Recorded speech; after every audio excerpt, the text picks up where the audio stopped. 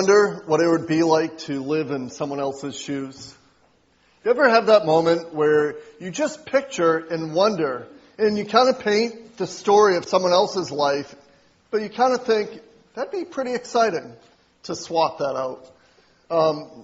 In fact, a lot of people who don't have much money envision being rich, and so maybe driving by a business and you see the nice cars and the mind starts playing, I could probably do that job. Whatever they're doing, I would be equipped. What would that be like to have that kind of money? Man, the freedom that's there. A lot of wealthy people tend to live their life, and one of their dominant things is, what would it be like to have freedom and simplicity? Man, I can't remember the last time I didn't have the stress of work. And they begin picturing, what would a simple life look like? I think we tend to overestimate.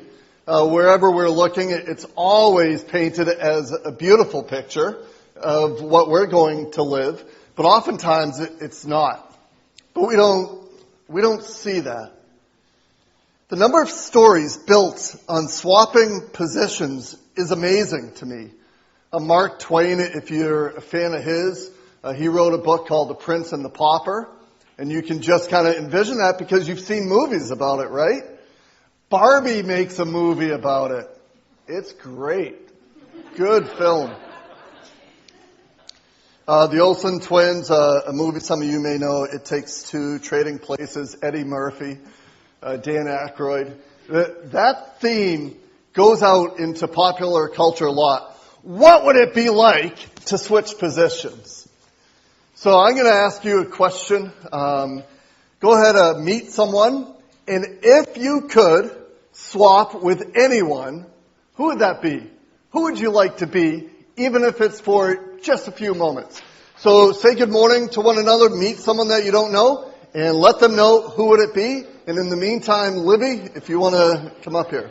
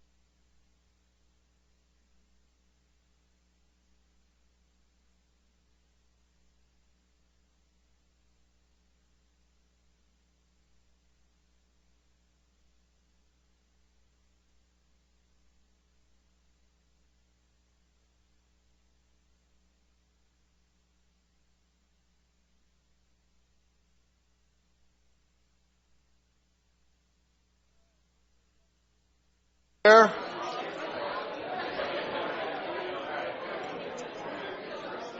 Good stuff.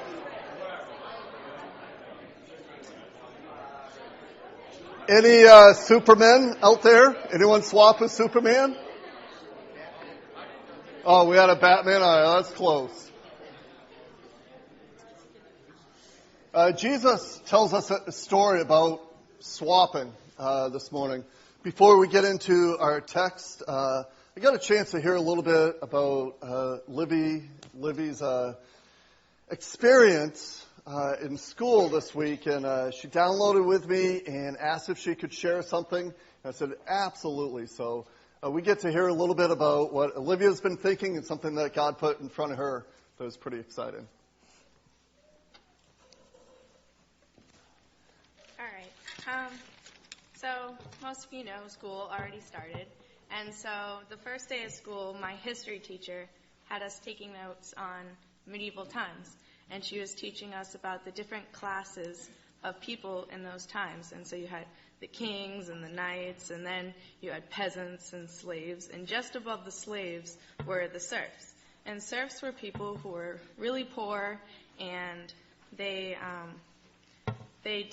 were really religious. Everybody was really religious. But I believe that the serfs were most religious of them all because they couldn't read or write. So they relied on what the monks told them that the Bible said to do for God.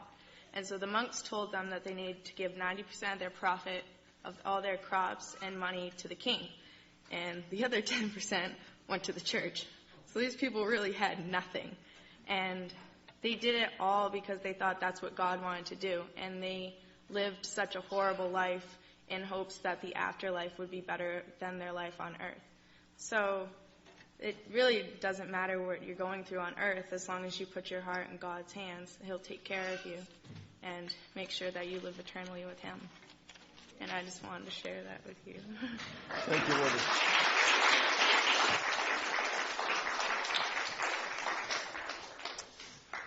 If you want to turn to Luke chapter 16 is our story this morning.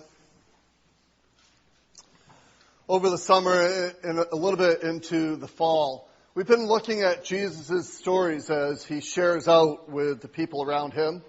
We've heard stories about seeds, stories about kingdoms, stories about forgiving others. But one area of life that we have not heard any stories together is about money. But it's amazing the number of times Jesus speaks about money. And in our passage this morning out of Luke 16, He tells a story that has a lot to do with money. Which makes me think, how much of our time in life deals with money? Earning money, arguing about how to spend money, creating budgets to try to put parameters, going to the store, spending money, thinking about our retirement, making plans for how that's all going to roll. Can we afford the cost of the health care that we need? So much of our time deals with money. So our story this week is Luke chapter 16, beginning in verse 19. We're going to meet two men that Esther introduced us to with very different lives. These two fellows are a world apart in their experiences, in their education. One is a man of privilege, and one is a man of suffering. Before we get into verse 19, to set the context just a little bit, slide back up, Luke 16, verse 13. It's helpful to know who is Jesus sharing this story with, because that matters. Who's hearing? Why is He telling this story? Back up it in verse 13, we begin to see. Jesus says, "No servant can serve two masters. Either he will hate the one and love the other, or he will be devoted to the one and despise the other. You cannot serve both God and money." And the Pharisees, who loved money, heard all this and were sneering at Jesus. All the sneerers come out. The Pharisees love money. That word for sneering is ridicule, make fun at, scoff, meaning, you're ridiculous, Jesus. That's such a foolish thing to say. You have no idea about reality here. Money's not bad. Money is the highest good. So the Pharisees thought. Have you ever been jeered at or made fun of over something?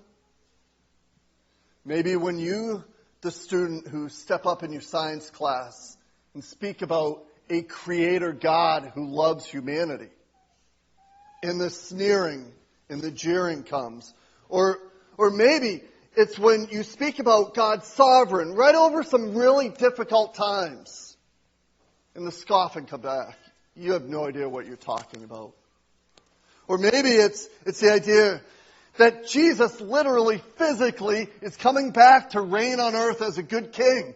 That all of time as we know it is going to come to an end and the kingdom is going to be established in people who don't share that belief. Look at you with that mocking look of, really? Come on. Or maybe it's the idea of giving 10% of your income to the Lord. Giving your Sunday morning to worship and a Sabbath. And all of this, you're out of touch, you're naive, that's old school, we've evolved beyond all that. That's exactly what Jesus is receiving back here. He's got a starkly different view of money than the Pharisees do. And the Pharisees begin to ridicule him because Jesus is out of touch. He doesn't know what he's talking about. How can you possibly say our comfortable lives are not really, really excellent and from God? That whole idea that money is to be a tool used to glorify God and not self is not incredibly popular even today. That all resources belong to the Lord. And He shares some with us to be good stewards using for His glory. Is not the dominant financial scheme that's out there today. Nor was it out there in Jesus' day. They're poking fun at Jesus because He just doesn't get it. God and money to the Pharisees are the same thing. Money is good and being rich is good. And being poor is bad all the time. Jesus, why would you ever begin to blur the difference? Comfort, of course, is always to be sought. And suffering, of course, always to be avoided. And can I just say, at face value, if we just take that statement, it sure seems like it's true, doesn't it? Who would ever choose to be poor? Who would ever make a conscious decision not to increase their wealth? On the surface, it all makes sense. And so we begin the story. Because sometimes it's a story that's needed. Verse 19. There's a rich man who was dressed in purple and fine linen and lived in luxury every day. What do you picture in that? Well, what's that mental image that Jesus is putting in our minds? For me, is the mansion on Winnipesaukee behind this dude as he's walking out in a suit to his Corvette. That doesn't necessarily mean anything's wrong or bad. It's just a picture I have in my mind. Literally, what is that house behind him like? Can you picture it? I don't know his job, but man, he's 6 figures. He might even be pushing 7 figures here. He's wealthy. He's comfortable. He's happy. He's got a nest egg for his kids and his grandkids' college. Does this make him a bad guy? No. Of course not. One of the things we can't ever blur is that in God's eyes, there are righteous rich people and unrighteous rich people. And in God's eyes, there are righteous poor people and unrighteous poor people.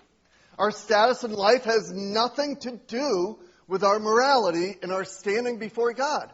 Whether we have lots of money or no money, we can be very bad, evil people. Or whether we have money or no money, we can be very good followers of Jesus who love God with all of our hearts. Our bank accounts don't have anything to do with that.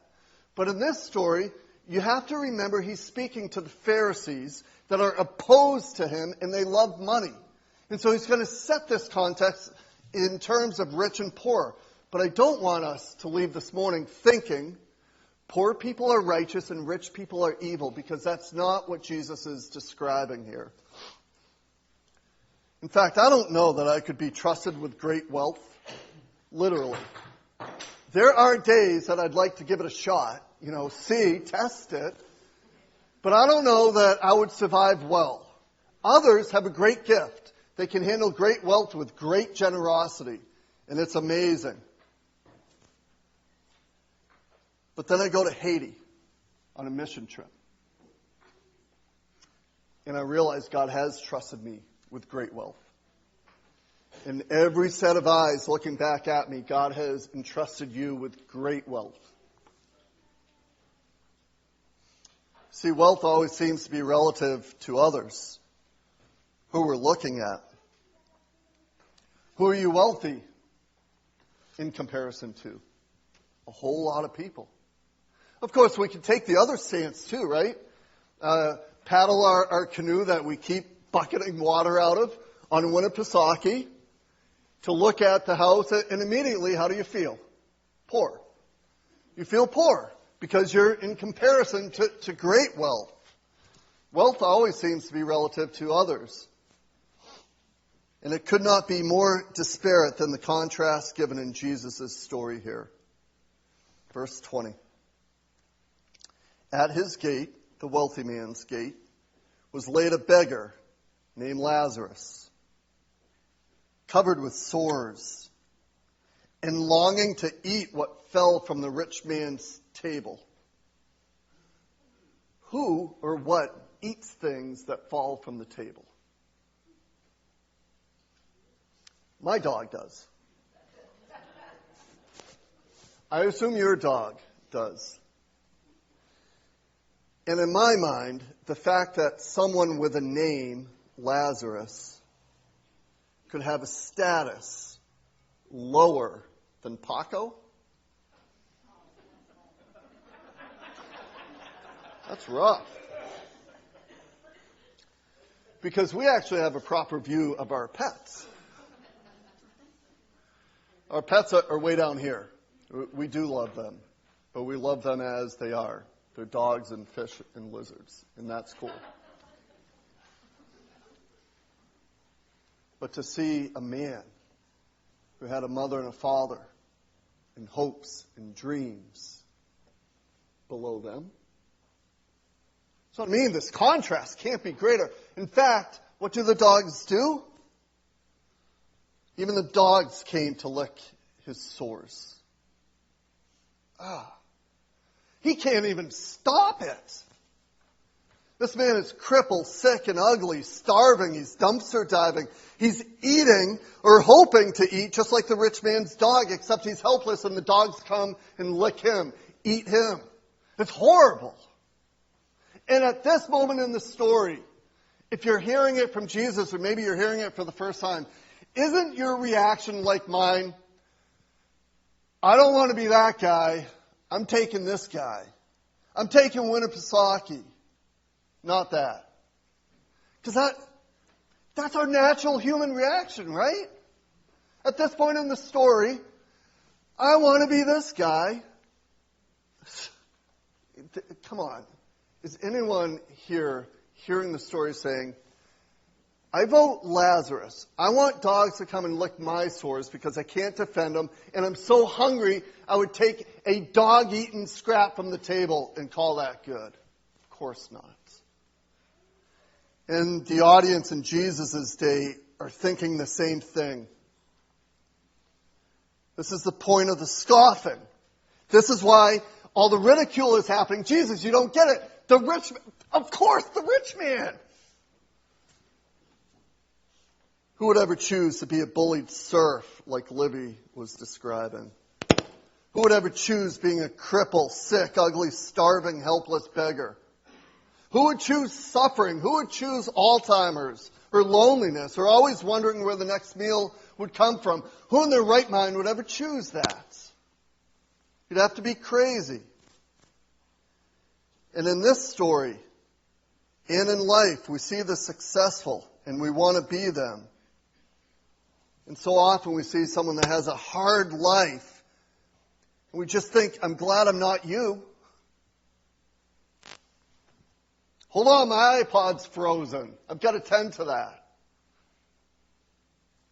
Can we agree that here's where the Pharisees and so many American Christians, and oftentimes my own eyes, stop seeing? This is the complete story so often in my mind.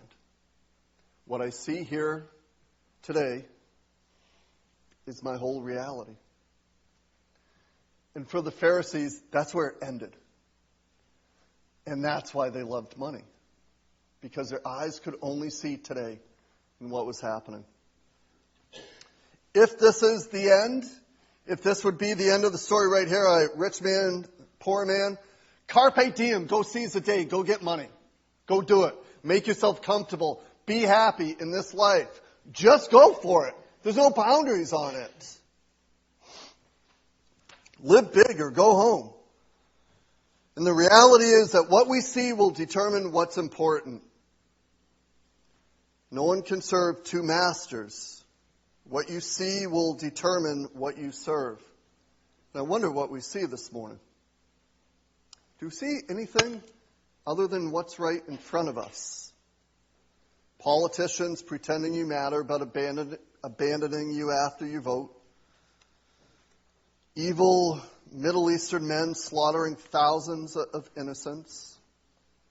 The crooked, the deceptive making out like bandits. Jesus' story in these first few verses are simply a summary of the news.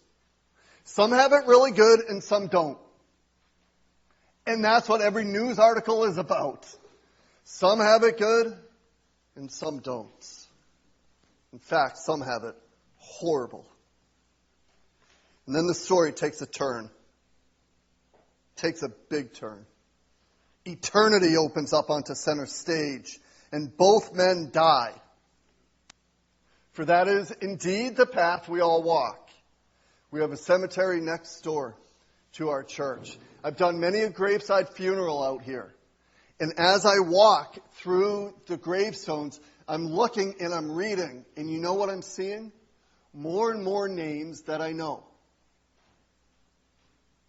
Because that is the path every man, every woman walks. This turn in Jesus' story, it is your turn too.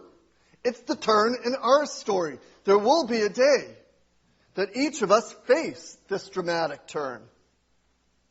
In fact, if you want job security, I had to ask my wife about politically correct words. She's a good policeman in our house. I'm not. I've lost track long ago on what...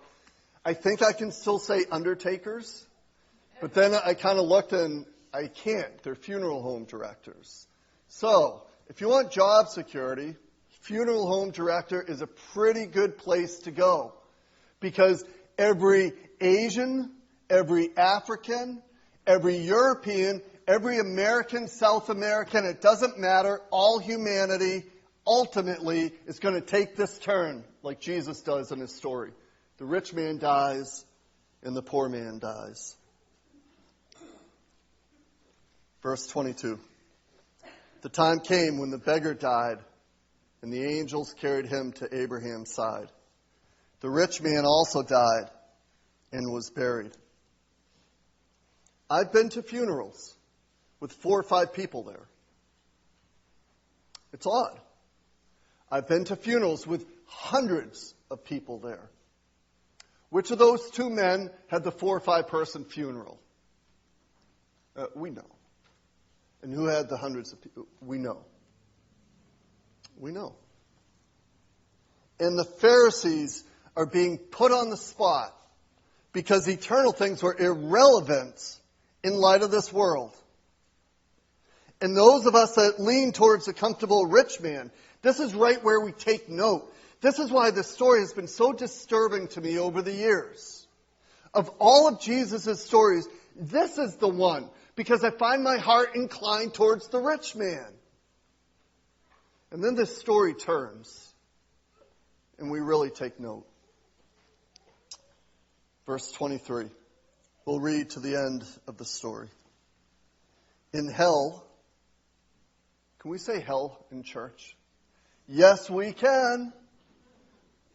Because Jesus speaks about hell a lot, and not just in stories either. Hell is a very well described place. Because Jesus knows what it's like in hell, where he was in torment. He looked up and saw Abraham far away with Lazarus by his side. And so he called to him, Father, Abraham, have pity on me and send Lazarus to dip the tip of his finger in water and cool my tongue, because I'm in agony in this fire. And the rich man becomes the poor man. The prince becomes the pauper. The one that was comfortable becomes the beggar. Do you see it? Where Lazarus was on his steps all of these years, probably saying very similar things. Could you please share a piece of your scrap bread? Get out of my way. I'm going to work. I'm late. The tables are turned, and now the rich man is in hell. And he's being tormented, except what's the difference between hell and this life? Hell is forever. You see, the story just got real big, real quick. And he's begging. Just anything. Dip the tip of your finger in water and cool my tongue. I'll even take that. Because his fire is agonizing. But Abraham replied in verse 25, Son, remember that in your lifetime you received your good things, while Lazarus received bad things. But now he is comforted here, and you are in agony. And besides all this, between us and you is a great chasm that has been fixed, so that those who want to go from here to you cannot, nor can anyone cross over from there to us. So the rich man answers, Then I beg you, Father, send Lazarus to my father's house, for I have 5 brothers. Let him warn them, so that they will not also come to this place of torment. Why would this guy want to warn his brothers? Because they're living the same life and they're seeing the same things and they're mimicking exactly the way that he lived.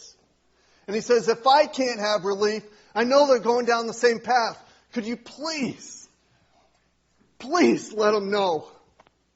Please let them know there's something beyond this life. Please don't let them come here. Verse 29, Abraham replies, No. They have Moses and the prophets. They have the Bible. They have good, faithful, Jesus-teaching churches around them. They have friends that have been sharing the gospel with them for years. They have my very spoken word. It's not going to do any good to send someone even back from the dead. No, Father Abraham, he said, but if someone from the dead goes to them, they will repent. And he said to them, if they do not listen to Moses and the prophets, they will not be convinced, even if someone rises from the dead. You see, this ultimately is not a story about faith in Jesus and saying a sinner's prayer and you going to heaven or hell. Did you notice all of that is missing? There's no repentance here. What? It's because Jesus is just sharing a story with people who could not see eternal things are coming. And so he shares this story with them to open up their eyes. Rich men don't necessarily go to hell and poor men don't necessarily go to heaven. I want you to get that. The point that Jesus is making is to open our eyes to see there's more than just this life to consider. Do you see that in this story? It's not just this life that matters. Eternity will open up on our seams. I mean, this drives some people literally crazy. But do you ever try to picture eternity? This sermon will end fairly soon. This service will come to a close pretty quickly. Sunday will be over. It will be Monday, the beginning of a work week, which will end on Friday. Repeated until we all know in the back of our minds, all of it comes to a close someday that I'm next door here. Take that piece away, what do you have? 1,000 years? You don't even know what that is anymore.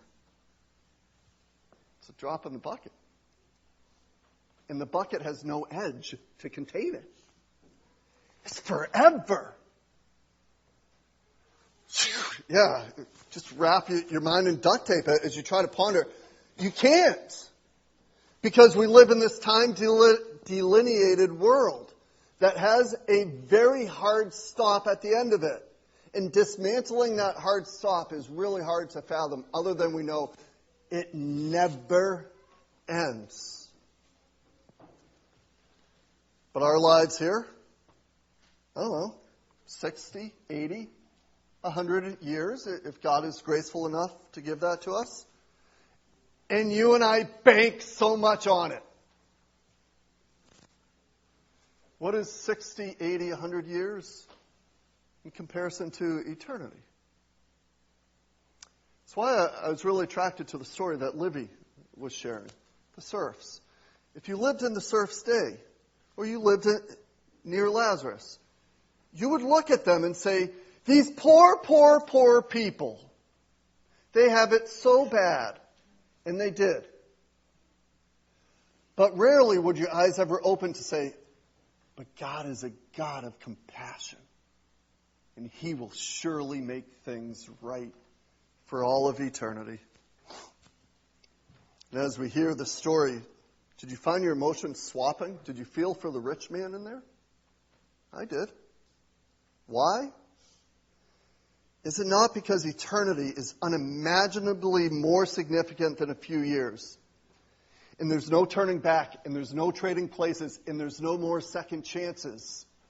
And you feel for him, just like we originally felt for Lazarus.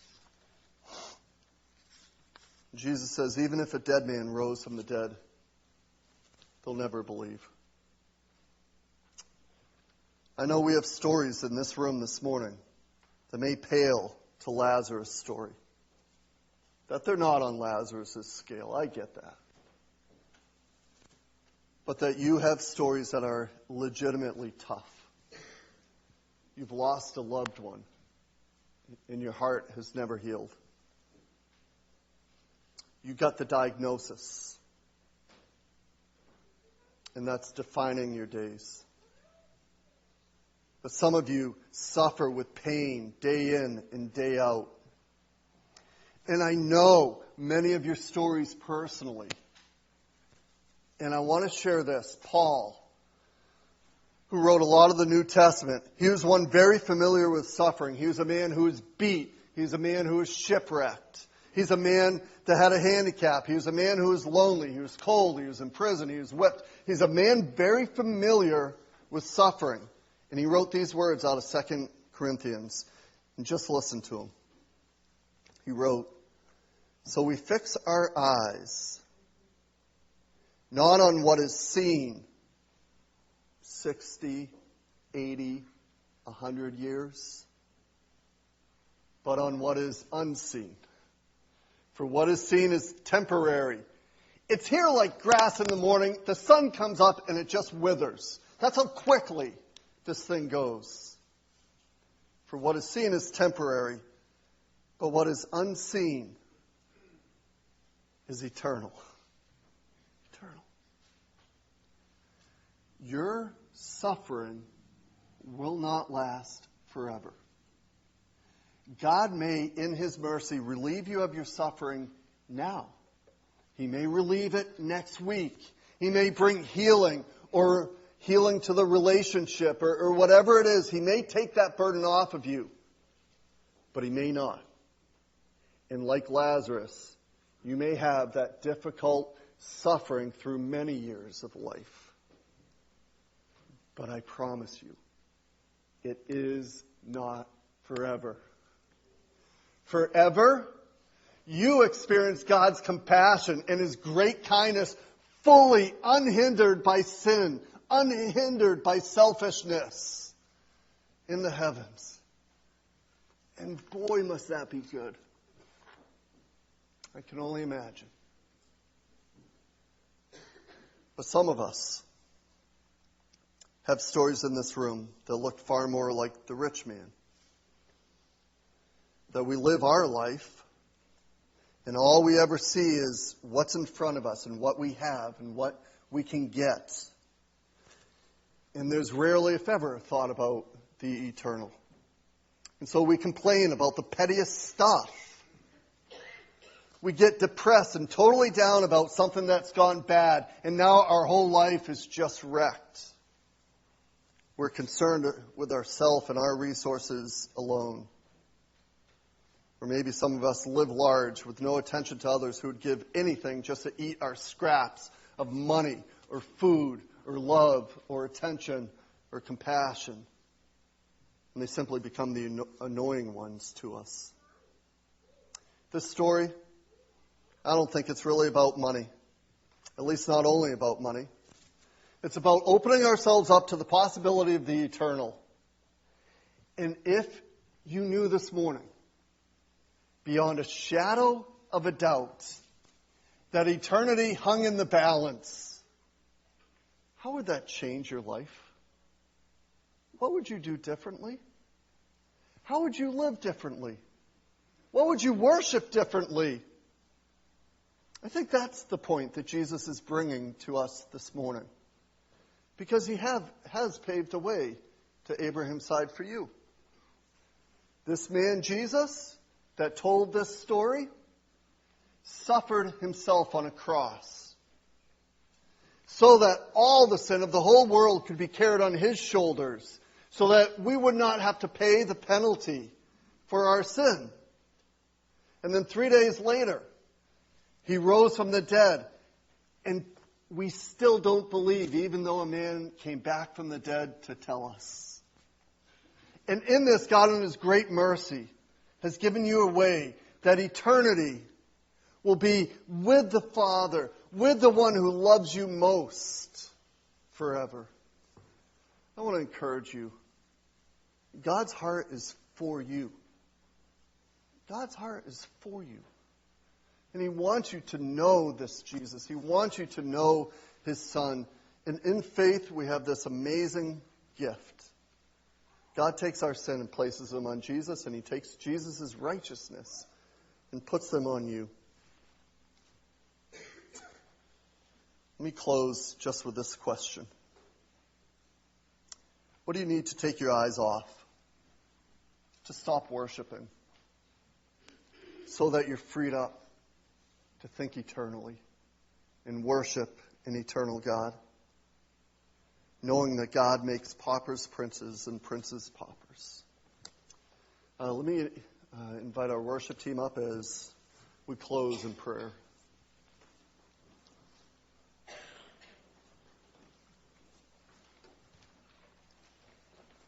God, thank you for your good grace.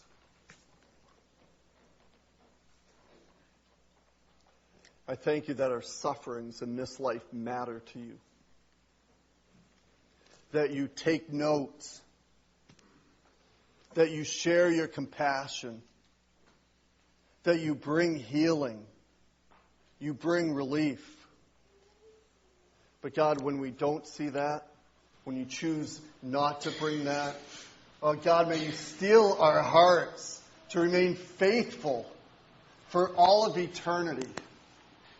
Lord, may you open our minds to see what matters most. May you open our hearts to see Jesus, who matters most. God, thank you for your word this morning. Thank you for sharing your story with us. And it's in Jesus' name we pray. Amen.